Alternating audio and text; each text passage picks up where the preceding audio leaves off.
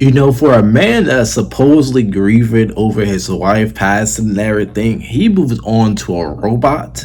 A robot pretty fast, I'm just saying. But you too, what is happening? We're back on the channel once again. If you don't know, hi, I'm Eli Valentine. On this channel, we cover all things horror movies. So if that's your thing, definitely sub up. Today, we are talking Soulmate. Yes, the movie set in the M3GAN universe. And yes, it got no release in theaters, not even a Peacock release. Straight to VOD. And mind you, you can't rent this. This is $20. So, but look, it's not terrible. I had a worse expectations going into this, and I was surprisingly shocked. Was it good though? To me, no. But look, if you don't know, the plot goes as follows. The movie follows Dave, a grieving widow who works with AI companions. He then becomes involved with Sarah, an AI companion designed to provide connection and companionship, and shit just goes wrong here. Now look, going into this, I was expecting a whole different tone. What I was thinking going into this was a more obsession and companion just had a baby, but we got more erotic thriller than I was just thinking. And then me looking into some of the interviews with the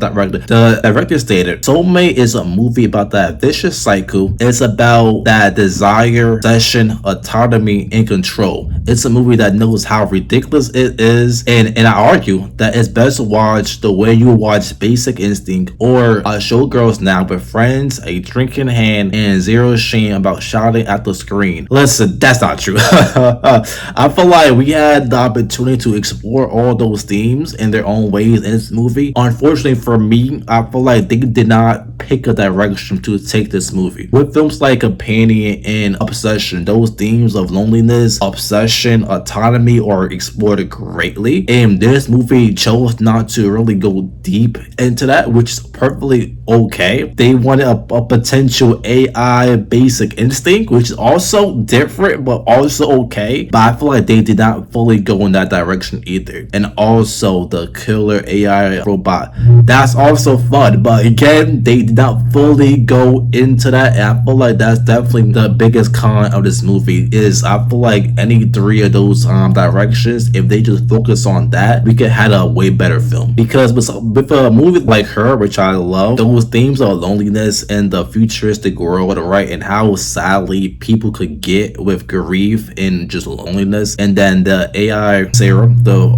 robot, comes in, could have been fun, right? But when you say it's a erotic thriller, mention things like Basic Instinct, for something like that, sexual tension, the build up, that all gotta be there for that to even to work out, right? With Here, she just pop out the box and her stuff is all out. I'm like, well, what's going on here? There was a lot of nudity scenes here. I just felt very unnecessary. I don't know, there was like a deep fake scene towards the end of the movie for some reason. Why? It just felt not necessary at all. So in terms of the erotic thriller, just did not feel needed. It just felt like a lot of unnecessary sexual scenes for no reason, really. Maybe I'm partially to blame, because going into this, I was not expecting that at all. It just felt like the sexual material didn't align with parts of the movie that he was going for. I feel like if you are trying to go for that erotic thriller kind of vibe, it gotta be more swagger to it in a way, right? More tease instead of her just literally popping out the box. It is all out, you know? It needs that slow building chemistry and uncomfortability that Basic Instinct pretty much had. That seduction, that it's like, why am I into a AI fucking robot, right? We did not get that here. And also, this movie focused on those themes of autonomy as well. Her having only 3 outfits, where it was like the schoolgirl, it was like the schoolgirl, her in a dress, and the clean outfit. I thought that was a great in terms of how people view girls and how in society you can be classified in those 3 things just as a sexual object, pretty much, or just fucking clean my house, which is crazy. I feel like if you focus on the autonomy like how it did with Obsession and Companion, but here they don't really focus on that, which is okay, which is perfectly okay. So if you are gonna focus on the killer robot which is cool with me. Let's have fun then, let's have fun. Let's get creative with some of these, who are ours, but they don't. There was moment throughout where there was opportunities for that. We didn't get that. There was one towards the end, spoiler alert, where his dick just got crushed up by her by him, and we just blow everywhere. Was that cool? Also the lead here, David. I know, like I said, the whole emotional foundation for this movie is David is a grieving husband. He feels isolated. He feels vulnerable. Sarah is offering him that connection, but at the same time, we got Claudia doing from The Boys, which I love her, and she was great. But anyway, side note, we got Claudia's character operating this off, like she's different as well. So I don't know, the whole thing here, him as the lead here, not him the actor, him as the character here just did not work for me at all. I just did not care for David at all here. Like I said, for a person that's grieving so much, he's fucking a robot.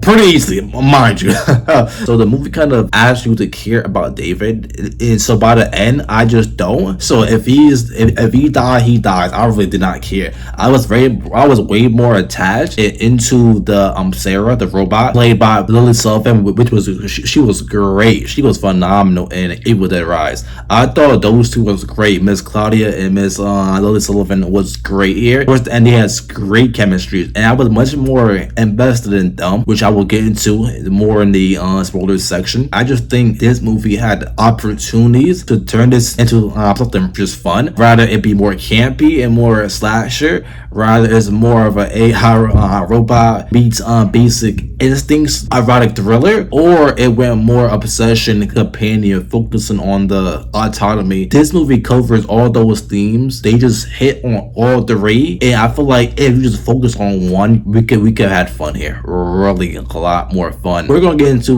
some spoilers here. Not much I want to talk about, but I don't know, the whole third act, it kind of turned into like a noir kind of, where Sarah character, the robot, is chasing Aubrey and everything. I thought those two were great, but once she got to David, I just didn't care. I don't know, somebody's character, I just did not care at all.